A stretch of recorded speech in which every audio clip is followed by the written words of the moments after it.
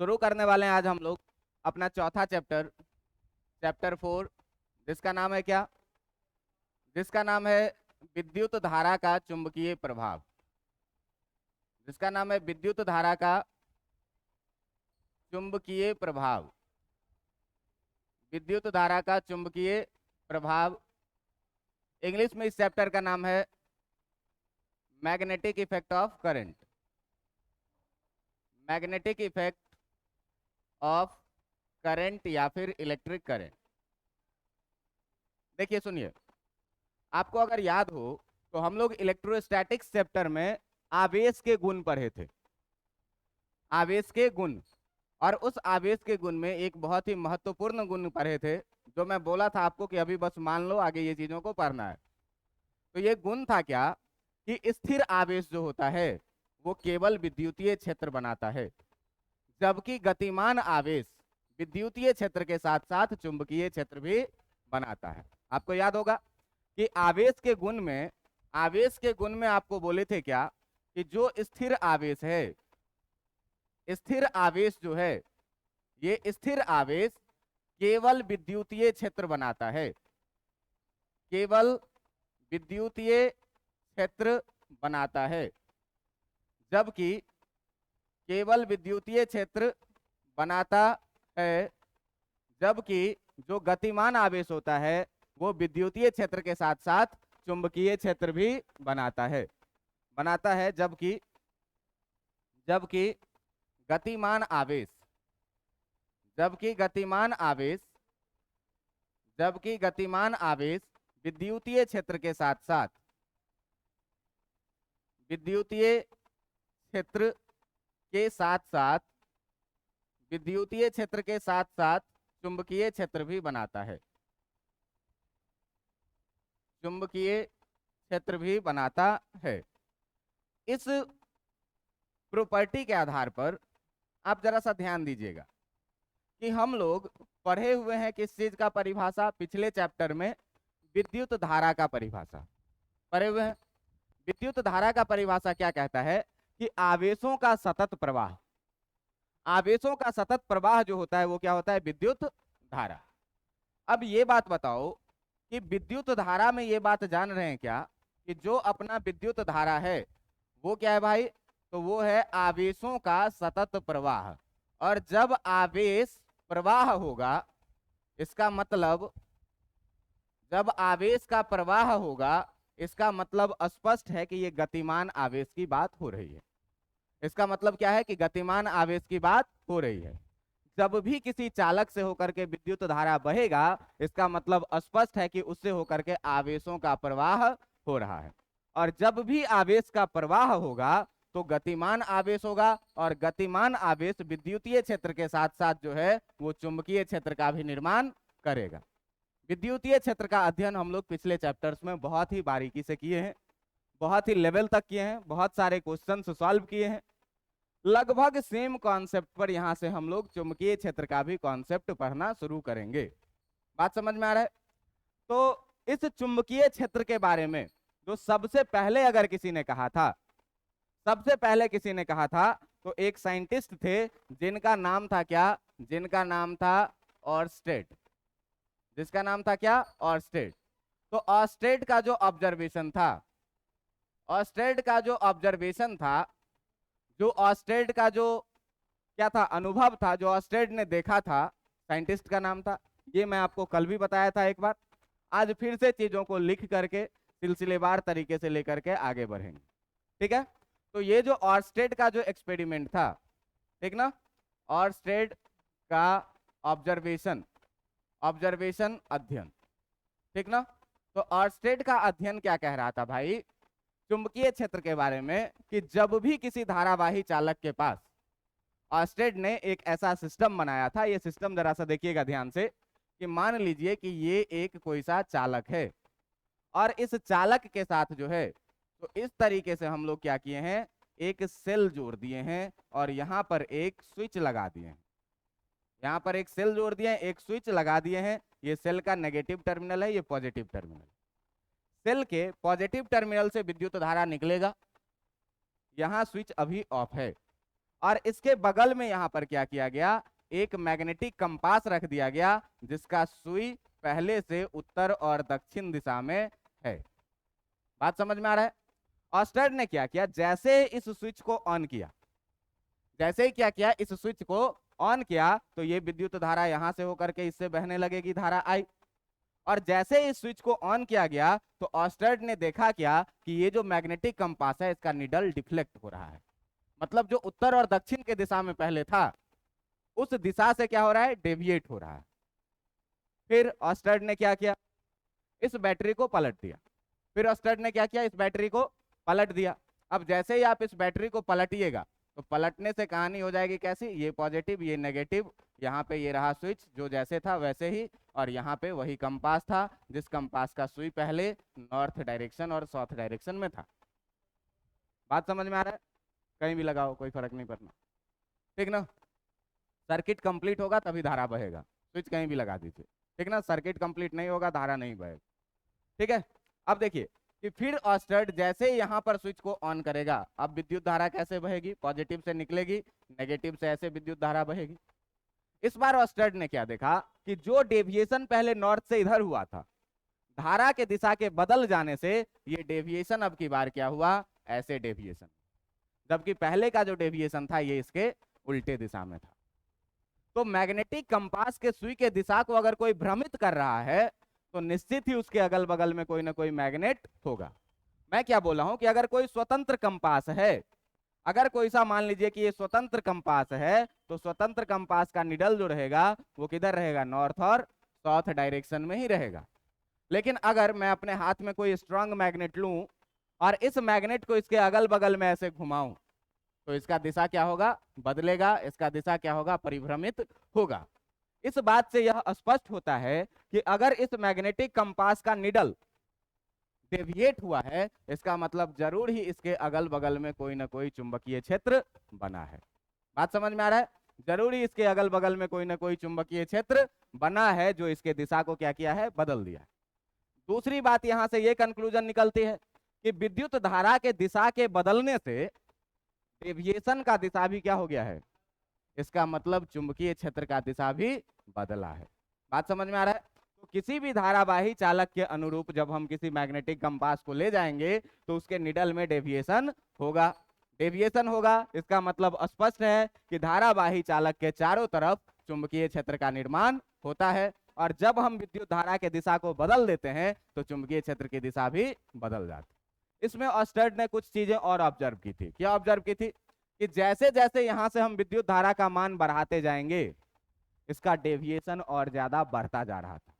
तो डेविएशन बढ़ता जा रहा है इसका मतलब चुंबकीय क्षेत्र मजबूत होता जा रहा है और अधिक बल लगा रहा है। और जैसे जैसे इस कंपास को यहां से दूर ले जाया जा रहा था तब भी ये ऑब्जर्व किया गया कि इसका डेविएशन कम रहा है, और बहुत दूर जाने के बाद इसका चुंबकीय क्षेत्र का प्रभाव खत्म हो जा रहा था तो फिर से नॉर्थ और साउथ डायरेक्शन में आ जा रहा था।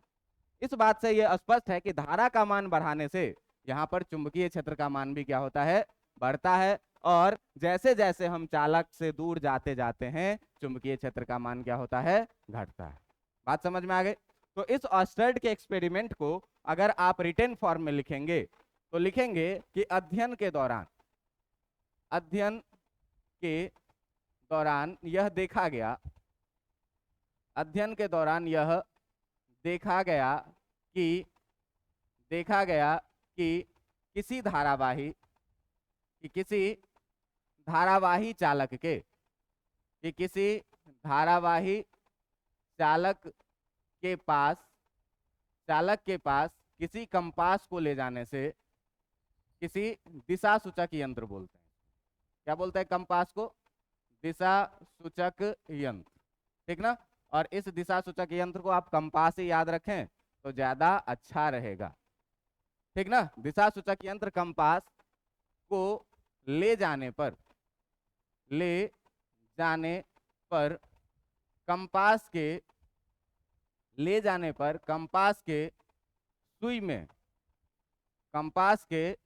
सुई में विस्थापन होती है। सुई में क्या होती है, विस्थापन होती है, मतलब उसका सुई जो नॉर्थ साउथ डायरेक्शन में था वो डायरेक्शन क्या हो जा रहा है, बदल जा रहा है, ठीक ना।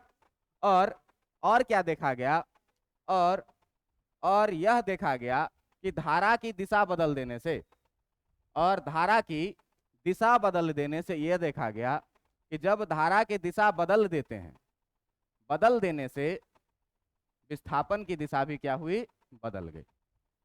विस्थापन की दिशा भी बदल जाती है, विस्थापन की दिशा भी बदल जाती है। इसका मतलब ये हुआ कि भाई साहब कंपास का निडल में विस्थापन हुआ, इसका मतलब निश्चित ही धारावाही चालक के चारों तरफ कोई ना कोई चुंबकीय क्षेत्र बना है। जिस चुंबकीय क्षेत्र की दिशा धारा के दिशा को बदल देने से क्या हुई, बदल गई। तो इसका ये निष्कर्ष है।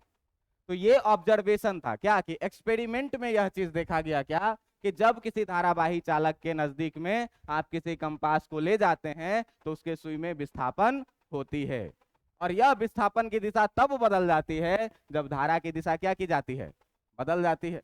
इसका मतलब यह है कि धारा की दिशा बदलने से चुंबकीय क्षेत्र की दिशा भी बदलती है। तो इस ऑब्जर्वेशन का निष्कर्ष क्या निकाला गया, इस ऑब्जर्वेशन से निष्कर्ष निकाला गया कि अतः धारावाही चालक के, अतः धारावाही चालक के चारों तरफ, चालक के चारों तरफ जो है वो क्या बनता है, चुंबकीय क्षेत्र बनता है, चुंबकीय क्षेत्र बनता है। धारावाही चालक के चारों तरफ क्या बनता है भाई, चुंबकीय क्षेत्र बनता है, जिसकी दिशा धारा के दिशा पर निर्भर करती है, धारा के दिशा पर निर्भर करती है। इसका मतलब ये कि धारा का दिशा बदल देने से भी जो है क्या होगा, चुंबकीय क्षेत्र का दिशा बदल जाएगा। ये है किसका एक्सपेरिमेंट, ये है ऑस्टर्ड का एक्सपेरिमेंट, और ये एकदम थ्योरेटिकल पोर्शन था, मेरे ख्याल से याद हो गया होगा। क्या क्या कि जब भी किसी धारावाही चालक के नजदीक में किसी मैग्नेटिक कंपास को ले जाया गया, देखा कि उसका सुई क्या हुआ, विस्थापित हुआ। विस्थापन का स्पष्ट मतलब कि चारों तरफ में कोई ना कोई चुंबकीय क्षेत्र बना है, और विस्थापन की दिशा कब बदली, जब धारा का दिशा बदल गया। इसका मतलब कि जो चुंबकीय क्षेत्र की दिशा है, ये दिशा कहीं ना कहीं धारा के दिशा पर निर्भर करती है। यहां से एक संकल्पना शुरू होती है किस चीज की, चुंबकीय क्षेत्र की। बात समझ में आ रहा है। अब देखिए कि चुंबकीय क्षेत्र उत्पन्न हुआ, ये चीज हमको पता है। जैसे आवेशों में हम लोग पढ़ते थे कि समान आवेश एक दूसरे को प्रतिकर्षित करेगा और विपरीत आवेश एक दूसरे को आकर्षित करेगा, ये चीज पता था, ये आवेश का गुण था। लेकिन कितना बल से आकर्षित करेगा या कितना बल से प्रतिकर्षित करेगा, ये चीज निकालने के लिए हम लोग क्या पढ़े थे, कूलॉम का नियम। इसी तरीके से अगर यहां पर चुंबकीय क्षेत्र बना है तो ये चुंबकीय क्षेत्र की तीव्रता कितनी है, कितना स्ट्रांग मैग्नेटिक फील्ड बना है, इस चीज के जानकारी के लिए एक साइंटिस्ट आए जिसका नाम था बायो सेवर्ट। जिसका नाम क्या था, बायो सेवर्ट। और इन्होंने ये बताया कि किस तरीके से जो है सो आप चुंबकीय क्षेत्र को निकालेंगे। तो इससे पहले चुंबकीय क्षेत्र के बारे में हम लोग कुछ बातों को करेंगे, उसके बाद आज बायो सेवर्ट का नियम पढ़ेंगे। और बायो सेवर्ट का नियम बहुत ही आसान नियम है, किताब में जैसे पढ़ाया हुआ है मैं उसका उल्टा पढ़ाऊंगा। जैसे किताब में अगर नीचे से ऊपर पढ़ाया है ना, ऊपर से नीचे, मैं नीचे से ऊपर पढ़ाऊंगा तो ज्यादा अच्छा फीलिंग आएगा, ठीक ना, ऐसे लगेगा कि इमेजिनरी बातें हो रही है। तो सबसे पहले आप देखिए चुंबकीय क्षेत्र के बारे में कि जैसे हम लोग इलेक्ट्रिक फील्ड को दिखाने के लिए कैपिटल ई का उपयोग करते थे, है ना, ऐसे ही यहां पर हम लोग को अगर चुंबकीय क्षेत्र दिखाना है तो जो चुंबकीय क्षेत्र है, ये चुंबकीय क्षेत्र को बी द्वारा निरूपित किया जाता है। किसके द्वारा, बी द्वारा निरूपित किया जाता है। जिस तरीके से विद्युतीय क्षेत्र को हम लोग ई द्वारा निरूपित करते थे, उसी तरीके से चुंबकीय क्षेत्र को किसके द्वारा निरूपित करना है, बी के द्वारा। ठीक है। दूसरी बात कि जैसे आपका विद्युतीय क्षेत्र सदिश राशि होता था, जैसे ही आपका विद्युतीय क्षेत्र सदिश राशि होता था, उसी तरीके से जो आपका चुंबकीय क्षेत्र है, उसी तरीके से जो आपका चुंबकीय क्षेत्र है, ये चुंबकीय क्षेत्र भी कैसा राशि है, चुंबकीय क्षेत्र भी जो है वो राशि है कैसा, सदिश राशि। कैसा राशि है, सदिश राशि।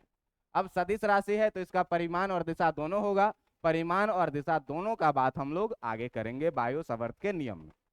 तीसरी बात ये होती है कि चुंबकीय क्षेत्र का मात्रक, ठीक ना, चुंबकीय क्षेत्र का एसआई मात्रक, चुंबकीय क्षेत्र का अगर एसआई मात्रक का आप बात करेंगे तो इसका एसआई मात्रक जो होता है ये होता है न्यूटन, न्यूटन पर एम्पियर मीटर, न्यूटन पर एम्पियर मीटर, याद रखना है, ठीक है। एक दूसरा भी मात्रक है, जैसे हम लोग केजी, जैसे देखिए कि फोर्स का यूनिट हम लोग पढ़े हुए हैं, एसआई यूनिट, फोर्स का यूनिट क्या पढ़े हुए हैं, केजी मीटर पर सेकेंड स्क्वायर, और इसी को एक शब्द में क्या बोलते हैं, न्यूटन बोलते हैं ना। इसी तरीके से इस न्यूटन पर एम्पियर मीटर को एक शब्द में जो बोला जाता है, इसको एक शब्द में बोला जाता है टेस्ला। टेस्ला का नाम सुने हुए हैं, जार निकोलस टेस्ला, जिसको डीसी करंट नहीं अल्टरनेटिंग करंट का जनक कहा जाता है। बात समझ में आ रहा है। अल्टरनेटिंग करंट जब चैप्टर पढ़ाएंगे तो वहां पर आपको एक है इधर थॉमस अल्बर्ट एडिसन जो है, जिन्होंने बल्ब का आविष्कार किया था, तो ये बैटरी वाला सेल का जनक उसे माना जाता है, एडिसन को। लेकिन जो अल्टरनेटिंग करंट है, जिससे हम लोग अपने घर में काम कर रहे हैं, जो बहुत दूर दूर तक चलता है, इस करंट का जनक जार निकोलस टेस्ला को कहा जाता है। जार निकोलस टेस्ला बहुत ही गरीब परिवार का बच्चा था, और गरीब परिवार का बच्चा था तो नौकरी ढूंढते ढूंढते जो है तो ये काम करने लगा था एडिसन के लैब में एज ए असिस्टेंट। और एज ए असिस्टेंट काम करते करते, लेकिन वो पढ़ने में बहुत मेधावी आदमी था, अध्ययन में बहुत रुचि थी इसकी। करते करते क्या होता है कि अध्ययन करते करते क्या करता है कि उसमें पढ़ते पढ़ते काम भी करने लग जाता है लैब में। अब जब नहीं है, एडिसन साहब चुपके से कुछ कर रहे हैं, करते करते वो क्या करता है कि एक ऐसा जनरेटर बनाता है, तो बैटरी से अगर तुम करंट निकालोगे तो बहुत कम करंट निकलेगा, और बहुत दूर तक तुम बैटरी से करंट नहीं ले जा सकते। बात समझ में आ रहा है। और बैटरी काफी महंगा भी होता है ना। तो बैटरी का ये एक ड्रॉबैक है क्या, कि इससे बहुत कम करंट निकलता है, इसके करंट को आप बहुत दूर तक नहीं ले जा सकते हैं। इसने एक ऐसा डिवाइस बनाया जिसे हम लोग इलेक्ट्रिक मोटर कहते हैं, जिससे जो करंट निकला वो अल्टरनेटिंग करंट निकला। और अल्टरनेटिंग करंट से बहुत ज्यादा करंट भी निकलता है, और इस करंट को आपको जहां तक मन इनफाइनाइट डिस्टेंस तक ले जा सकते हैं। इसीलिए आप देखिए कि हमारे घर में जो पंखा चल रही है, इसका बिजली कहाँ से आ रहा है, बहुत दूर, कहीं 1000 2000 5000 किलोमीटर दूर जो है सो पावर स्टेशन होता है, जहां पर बिजली उत्पन्न होती है, और उत्पन्न होती है तो वहां से यहाँ तक आता है। लेकिन सोचिए तो 5000 किलोमीटर अगर एक बड़ा सा बैटरा लगा दें और वहां से करंट लाएं तो यहाँ तक नहीं आएगा। बात समझ में आ रहा है।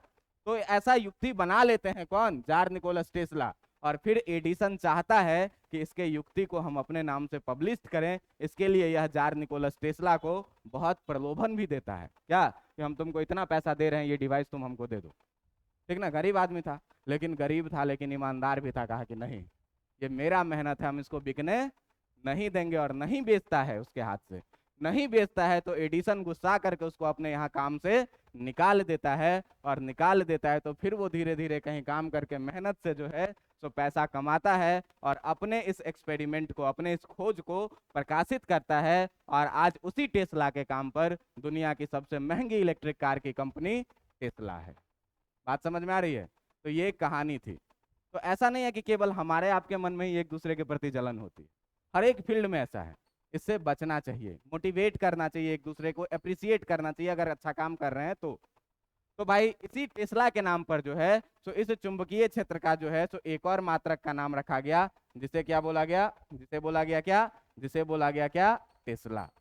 जिसे बोला गया क्या, टेस्ला। इसको ऐसे टेस्ला लिखते हैं, और इसको डिनोट करने के लिए हम लोग कैपिटल टी का यूज करते हैं, ठीक है ना। और एक और जो दूसरा यूनिट है, एक और दूसरा यूनिट जो है ये है वेबर पर मीटर स्क्वायर। क्या है, वेबर पर मीटर स्क्वायर। एक्चुअली में ये वेबर जो है, ये वेबर, यहां तक ये 3 यूनिट आप पढ़े चुंबकीय क्षेत्र का। अब जरा सा देखिए कि ये वेबर जो है ना, ये वेबर जो है वो चुंबकीय फ्लक्स का मात्रक है। चुंबकीय फ्लक्स जो है आपका, जैसे विद्युतीय फ्लक्स पढ़े थे ना, वैसे ही है क्या, चुंबकीय फ्लक्स। और इसका जो मात्रक है वो क्या है, वेबर। अगर तुमको याद हो तो चुंबकीय फ्लक्स जो हम लोग फाई बराबर पढ़े थे, वो पढ़े थे कितना, ई डॉट, पढ़े थे ना, ई डॉट ए। जरा सा देखो कि अगर यहां से हमको ई लिखना है तो कितना लिखेंगे, 5/, लिखेंगे कि नहीं? इसी तरीके से जो चुंबकीय फ्लक्स होता है, तो इलेक्ट्रिक फील्ड है तो ई, यहाँ पर चुंबकीय फील्ड डालना है, क्या डालेंगे? बी डालेंगे। तो फाई बी यानी कि मैग्नेटिक फ्लक्स जो लिखेंगे हम लोग वो क्या लिखेंगे? बी डॉट ए लिखेंगे। लिखेंगे कि नहीं?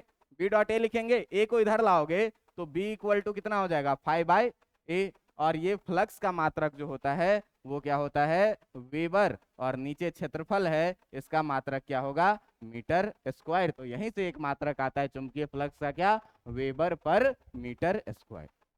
इतनी बातें क्लियर है? अगर इतनी बातें आपकी क्लियर है तो अब आते हैं हम लोग बायो सेवर्थ के नियम पर। ठीक ना?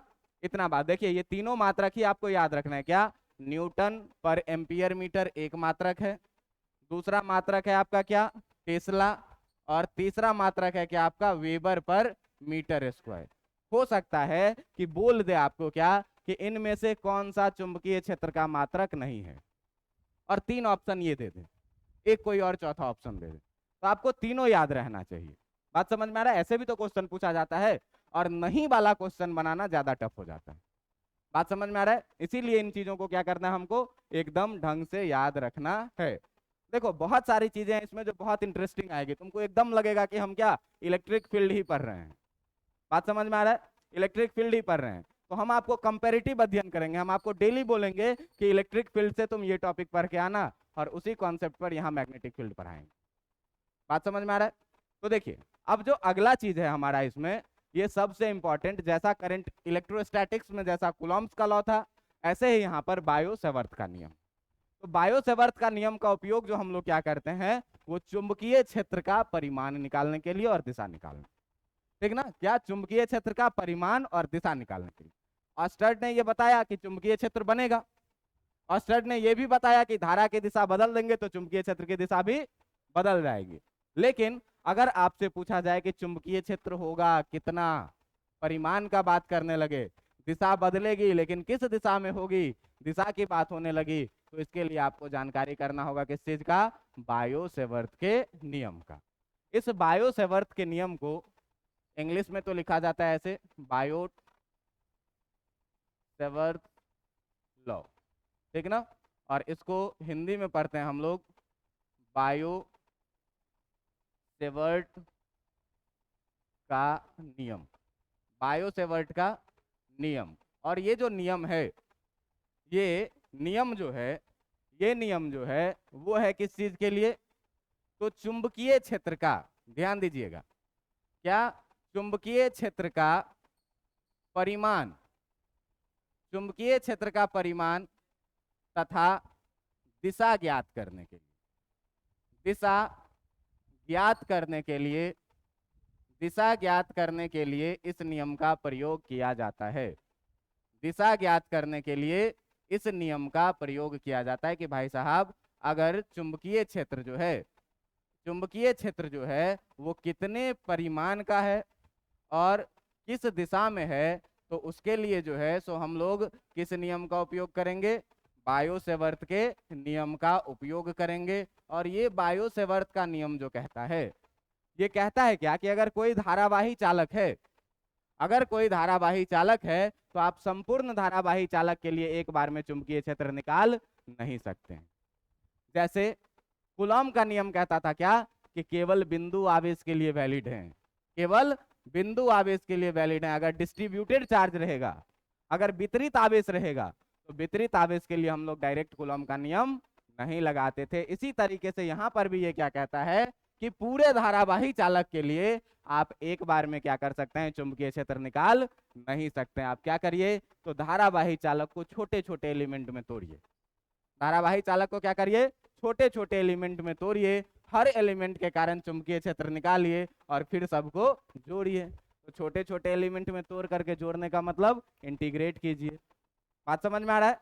अब देखो कि ये क्या कहता है, तो ये पहला लाइन में कहता है क्या कि किसी संपूर्ण चालक के लिए, किसी संपूर्ण चालक के लिए, मतलब जो पूरा चालक है, चालक, चालक का मतलब अब जब भी बोलूं तो समझ जाना उससे करंट बह रही है, ठीक ना? किसी संपूर्ण चालक के लिए चुंबकीय क्षेत्र का मान, चुंबकीय क्षेत्र का मान एक बार में नहीं निकाला जा सकता। चुंबकीय क्षेत्र का मान एक बार में नहीं निकाला जा सकता। तो जब भाई एक बार में नहीं निकाला जा सकता है तो कैसे निकाला जाएगा? कैसे निकाला जा सकता है? तो कैसे निकाला जा सकता है? तो कहेगा क्या कि धारावाही चालक के, धारावाही चालक के किसी एलिमेंट, किसी एलिमेंट, किसी एलिमेंट डीएल लंबाई के लिए, डीएल लंबाई के लिए इसका मान ज्ञात किया जा सकता है। इसका मान ज्ञात किया जा सकता है, ज्ञात किया जा सकता है। मतलब एक बार में अगर हमको निकालना है तो हम संपूर्ण चालक के लिए जो है सो मान ज्ञात नहीं कर सकते हैं। क्या करेंगे? चालक को छोटे छोटे एलिमेंट डीएल में तोड़ेंगे और हर डीएल के कारण चुंबकीय क्षेत्र हम लोग निकाल सकते हैं। और निकालने के लिए ये बायो-सेवर्थ ने क्या कहा? बायो-सेवर्थ ने क्या कहा, जो अब ध्यान से आप देखिएगा। बायो-सेवर्थ साहब क्या कहे कि मान लीजिए कि एक कोई सा धारावाही चालक है, ये रहा कोई सा धारावाही चालक, और इससे विद्युत धारा इस दिशा में प्रवाहित हो रही है आई। तो ये क्या कहे कि इस पूरे चालक के लिए बेटा तुम एक बार में चुंबकीय क्षेत्र निकाल नहीं पाओगे। कैसे निकाल पाओगे? तो क्या करो कि इस चालक को छोटे छोटे एलिमेंट में तुम क्या करो? तोड़ दो। तो छोटा सा एलिमेंट मान लीजिए कि यहां से हमने तोड़ा ये वाला एलिमेंट और इसका लेंथ रखा कितना? डीएल। और देखो डीएल है यहाँ पर लंबाई। लंबाई के बारे में हम लोग अभी तक पढ़े हैं कि लंबाई स्केलर है, वेक्टर नहीं है। लेकिन बायो-सेवर्थ के नियम में हमको पढ़ना है क्या कि जो डीएल है वो क्या है? सदिश राशि है। डीएल है क्या? सदिश राशि। अब सदिश राशि है तो इसका दिशा क्या होगा? तो धारा के समान होगा। बात समझ में आ रहा है? तो यहाँ पर इस बात का जिक्र हम लोग करेंगे हमेशा कि जो डीएल है वो कैसा राशि है? सदिश राशि है। और इस सदिश राशि है जिसका दिशा क्या है? जिसका दिशा जो है वो, जिसका दिशा किसके समान होगा भाई? जिसका दिशा धारा आई के समान होगा। जिसका दिशा धारा आई के क्या होगा? समान होगा। मतलब जिस दिशा में विद्युत धारा प्रवाहित होगा उसी दिशा में जो है सो डीएल का भी दिशा होगा। तो अब से हम लोग बायो-सेवर्थ के नियम में कभी भी डीएल को वेक्टर मानेंगे, और वेक्टर मानेंगे तो इसका दिशा किधर? जिधर विद्युत धारा का दिशा है उधर। अब मान लीजिए कि कोई एक बिंदु है P, कोई एक बिंदु है P, और ये P जो है तो इस डीएल एलिमेंट से, ये P जो है वो इस डीएल एलिमेंट से R दूरी पर है। ये P जो है वो इस डीएल एलिमेंट से कितने दूरी पर है? R दूरी पर। तो यहां देखिए कि डीएल से P तक एक वेक्टर का निर्माण होगा जिसे हम लोग वेक्टर R कह सकते हैं कि नहीं कह सकते हैं? कह सकते हैं। और मान लीजिए कि इस डीएल एलिमेंट से जो वेक्टर आर है ये एंगल बना रही है कितने? थीटा। बात समझ में आ रही है? तो मान लीजिएगा क्या कि माना, यहां पर मानिएगा क्या कि माना कि किसी डीएल एलिमेंट से, माना कि किसी डीएल एलिमेंट से, देखना ध्यान से कि डीएल पर मैंने वेक्टर का साइन लगाया है, किसी डीएल एलिमेंट से आर दूरी पर, किसी डीएल एलिमेंट से आर दूरी पर कोई बिंदु P है, कोई बिंदु P है, कोई बिंदु P है। बात समझ में आ रहा है? डीएल एलिमेंट से आर दूरी पर क्या है? कोई बिंदु P है। यदि यदि वेक्टर आर वेक्टर डीएल से, यदि वेक्टर आर वेक्टर डीएल से थीटा कोण बना रही है, थीटा कोण बना रही है, जो काम मैंने डायग्राम में किया है वही चीज मैंने एजम्पशन में लिखा है। क्या माने भाई कि एक एलिमेंट डीएल लिया है, जिस डीएल से आर दूरी पर कोई पॉइंट P है, ये कहीं भी रह सकता है, P है, और डीएल एलिमेंट से ये कितना एंगल बना रहा है? वेक्टर आर थीटा कोण बना रहा है। तो ये बात बताओ कि इस छोटे से एलिमेंट के कारण जो चुंबकीय क्षेत्र होगा ये भी क्या होगा? बहुत छोटा होगा, है ना?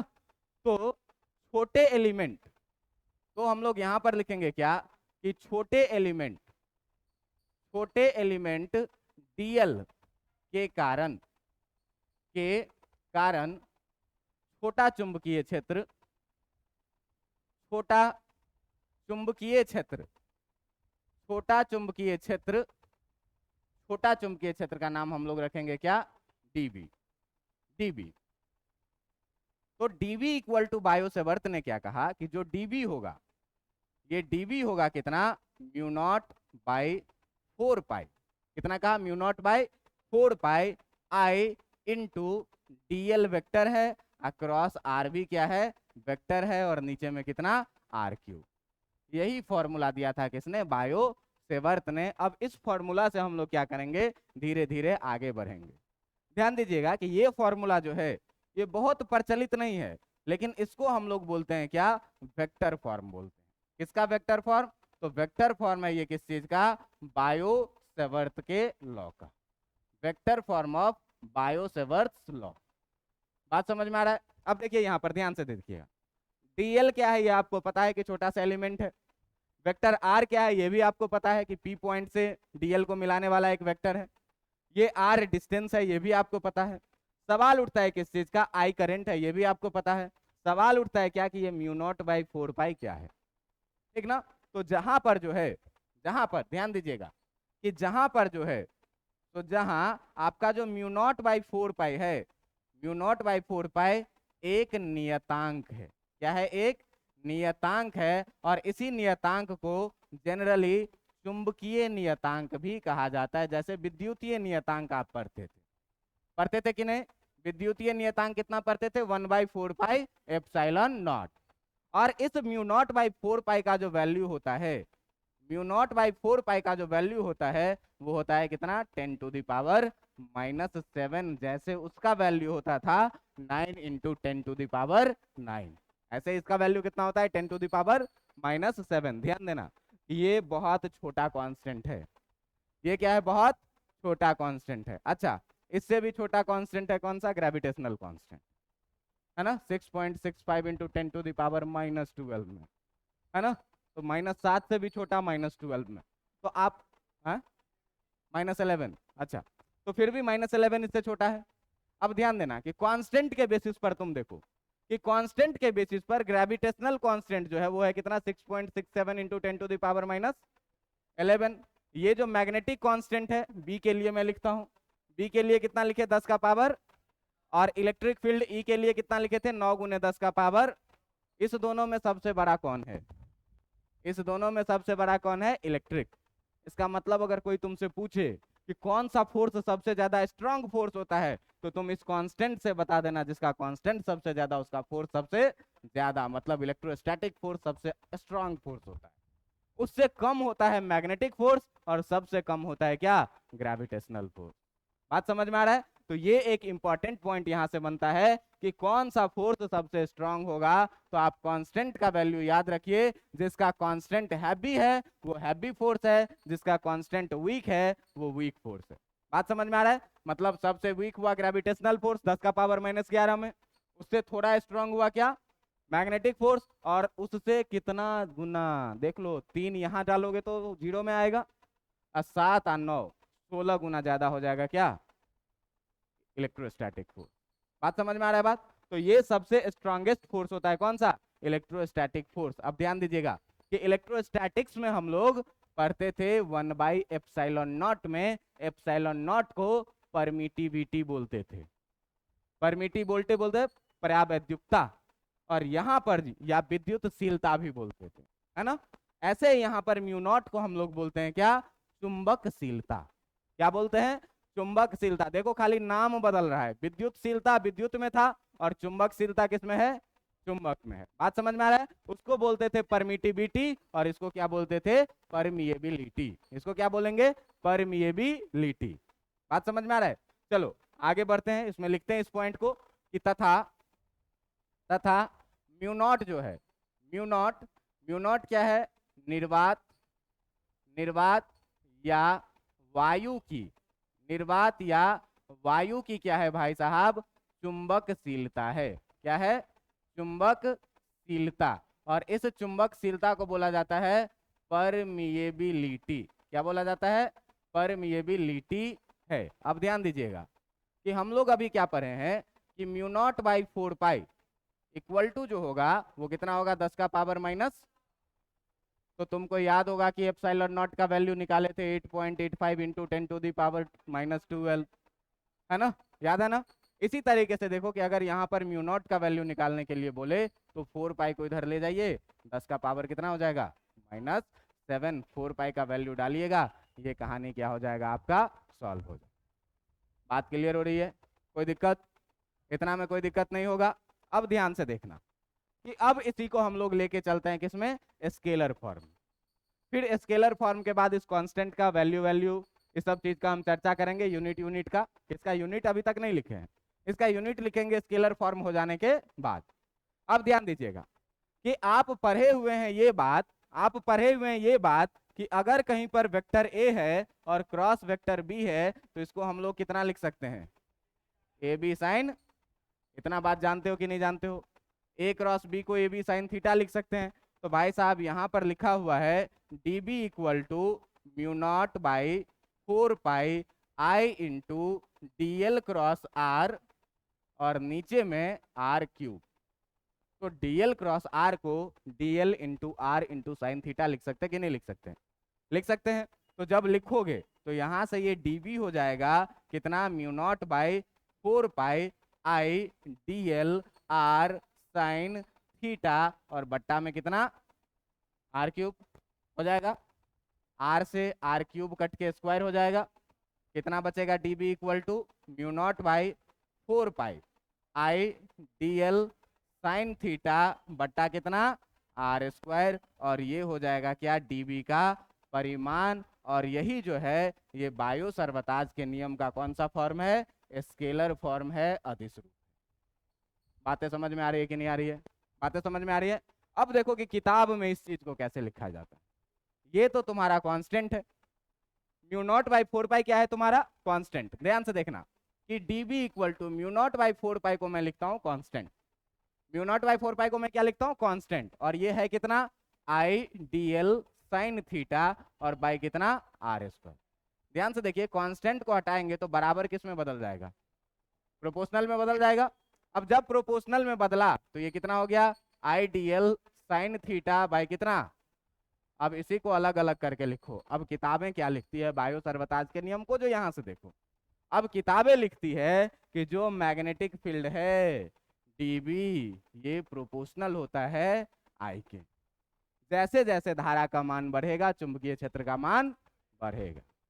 डीबी जो है वो डायरेक्टली प्रोपोर्शनल होता है किसके, डीएल के, जैसे जैसे डीएल को बढ़ाएंगे चुंबकीय क्षेत्र का मान क्या होगा, बढ़ेगा। डीबी जो है ये डायरेक्टली प्रोपोर्शनल होता है किस चीज के, साइन थीटा के, और साइन थीटा डायरेक्टली प्रोपोर्शनल किसके होता है, जैसे जैसे थीटा का मान बढ़ाइए साइन थीटा का मान बढ़ता है 0 से 90 डिग्री के लिए, ठीक ना। और कहता है क्या कि जो dB है ये इनवर्सली प्रोपोर्शनल होगा 1/r स्क्वायर। यही है क्या बायो सवर्त का नियम। किताबें इसको नीचे से ऊपर की तरफ लिखती है। किताब लिखेगा क्या कि बायो सवर्त के नियम के अनुसार किसी भी छोटे लंबाई के धारावाही चालक के कारण उत्पन्न विद्युतीय क्षेत्र जो होता है वो विद्युत धारा के समानुपाती होता है, डीएल के समानुपाती होता है, साइन थीटा के समानुपाती होता है, आर स्क्वायर के व्युत्क्रमानुपाती होता है। और इस सारे को मिला करके ये लिखेंगे, मिला करके इसको हम ये लिखेंगे, कांस्टेंट का वैल्यू म्यू नॉट बाई 4 पाई लिखेंगे, जिसका वैल्यू 9 गुने 10 का पावर -7 होगा। और इसी से ये कहानी लेकर के चला जाएगा ऊपर की तरफ, कहां तक, इसके वेक्टर फॉर्म। बात समझ में आई कि नहीं आई। अब यहां से फील आया, अगर पहले ही तुमको कह देते कि आई के समानुपाती होता है तो ये रटने वाली बात हो जाती है ना। इसीलिए फॉर्मूला याद रखिए और फॉर्मूला से क्या करिए, इसको डिड्यूस कर लीजिए। इतनी बातें क्लियर। मतलब बायो सवर्त का नियम अगर आपको लिखने बोला जाएगा तो आप नीचे से ऊपर तक एग्जाम में लिखेंगे अगर बेहतर ढंग से तो आपको पूरा नंबर मिलेगा, स्टेटमेंट लगा करके क्या कि बायो सवर्त के नियम के अनुसार किसी भी एलिमेंट लंबाई के धारावाही चालक के कारण चुंबकीय क्षेत्र धारा के समानुपाती होता है, डीएल के लंबाई के समानुपाती होता है, साइन थीटा के समानुपाती होता है और आर स्क्वायर के व्युत्क्रमानुपाती होता है। इन सभी स्टेटमेंट को एकत्रित करने पर देश, इसके बदले देश, फिर ऊपर ऊपर ऊपर क्रॉस प्रोडक्ट। बात समझ में आया कि नहीं। अब जरा सा ध्यान से देखना कि यहां से अगर आपको कोई आदमी बोले कि म्यू नॉट बाई 4 पाई का यूनिट क्या होगा, म्यू नॉट बाई 4 पाई का यूनिट क्या होगा। अब ध्यान देना कि म्यू नॉट बाई 4 पाई का अगर यूनिट निकालना है हमको, म्यू नॉट बाई 4 पाई का यूनिट अगर निकालना है हमको, तो कैसे निकालेंगे। देखिए आप क्या पढ़े हैं, dB इक्वल टू आप पढ़े हैं mu naught by 4 pi I dl sine theta by कितना आर स्क्वायर। ध्यान दीजिएगा साइन थीटा ट्रिगोनोमेट्रिक रेशियो है, इसका कोई यूनिट नहीं होता। क्योंकि लिखोगे साइन थीटा क्या लिखते हो, p बाई एच। परपेंडिकुलर भी मीटर में रहेगा, हेपेटेन्यूज भी मीटर में रहेगा, कट जाएगा, कोई यूनिट नहीं बचेगा। अब देखो कि बाकी सारे चीज को इधर ले आओ, तो उधर बचेगा कितना म्यू नॉट बाई 4 पाई, इधर हो जाएगा कितना dB पहले से था, आर स्क्वायर गुना में आ जाएगा, आई dl किस में आ जाएगा, भाग में आ जाएगा, साइन थीटा का कोई बात ही नहीं है। अब ध्यान से देखिए कि dB का मात्रक अगर टेस्ला रखेंगे तो टेस्ला इंटू मीटर स्क्वायर, नीचे एम्पियर, और इंटू dl भी लंबाई है किसमें, मीटर से, ये मीटर कट जाएगा तो ये कितना हो जाएगा टेस्ला मीटर पर एम्पियर। अगर इसका आप न्यूटन पर एम्पियर मीटर रखिएगा तो अलग यूनिट आएगा। इस तरीके से आप तीनों यूनिट निकाल सकते हैं इसका। बात समझ में आ रहा है कि नहीं आ रहा है, आ रहा है बात। तो ये इतना चीज याद रखना है कि मैग्नीट्यूड निकालने के लिए जो सबसे प्रचलित फॉर्मूला है हमारे पास, ये प्रचलित फॉर्मूला है कौन सा, तो प्रचलित फॉर्मूला है ये mu not by 4 pi I dl sine theta by r square. Mu not by 4 pi का वैल्यू पता है, करंट का वैल्यू पता रहेगा, dl पता रहेगा, साइन थीटा पता रहेगा और आर भी पता रहेगा, तो छोटा सा मैग्नेटिक फील्ड dB निकल जाएगा। और इसी का उपयोग हम लोगों को करना है। आपके मन में अभी भी एक सवाल होगा कि परिमाण तो निकल गया भाई साहब, दिशा बताइए, दिशा कैसे निकलेंगे, है ना, दिशा कैसे निकालेंगे। तो तुमको क्रॉस प्रोडक्ट का डायरेक्शन निकालना आता है, कैसे, right hand thumb rule. Right hand thumb rule से मैंने क्या बोला है कि ए से बी के तरफ अपने हाथ के राइट हैंड के 4 उंगली को घुमाइए, अंगूठा का जो दिशा होगा वो ए क्रॉस बी का दिशा होगा। बताया मैं कि नहीं, राइट हैंड से क्या करिए, ए से बी के तरफ 4 उंगली को घुमाइए, जो अंगूठा का दिशा होगा वही किसका दिशा होगा, ए क्रॉस बी का। अब ध्यान देना कि अगर कोई चालक, अगर ये वाला चालक में धारा ऊपर के तरफ जा रही है और आर ये है, तो अगर हम ए से बी के तरफ घुमाएंगे तो dl क्रॉस आर लिखना है, मतलब dl से आर के तरफ घुमाना है, तो dl के आर के तरफ घुमाएंगे, अंगूठा किधर जाएगा। और अगर मान लो इधर ये कोई पॉइंट P रहता तो R बनता कुछ ऐसा, R बनता कुछ ऐसा। तब अगर हम dl से R के तरफ घुमाते तो अंगूठा किधर जाता, मतलब इधर अंदर के तरफ मैग्नेटिक फील्ड रहेगा तो इधर। अब ध्यान देना कि जब भी हम लोग ऑन पेपर दिखाते हैं किसी भी चीज को अंदर के तरफ, ऑन पेपर अगर हम किसी चीज को अंदर के तरफ दिखाते हैं तो अंदर के तरफ, ठीक ना, अंदर को जो है सो हम लोग सतह के अंदर को हम लोग दिखाते हैं कैसे, इस तरीके से क्रॉस डाल के। जहां भी क्रॉस डालेंगे इसका मतलब इनवर्ड बात हो रही है। और अगर हमको बाहर दिखाना है, अगर हमको बाहर दिखाना है तो एक गोला में क्या डाल देंगे, डॉट डाल देंगे, इसका मतलब क्या होता है, बाहर के तरफ। अब ध्यान देना कि कैसे निकालना है, कैसे निकालना है।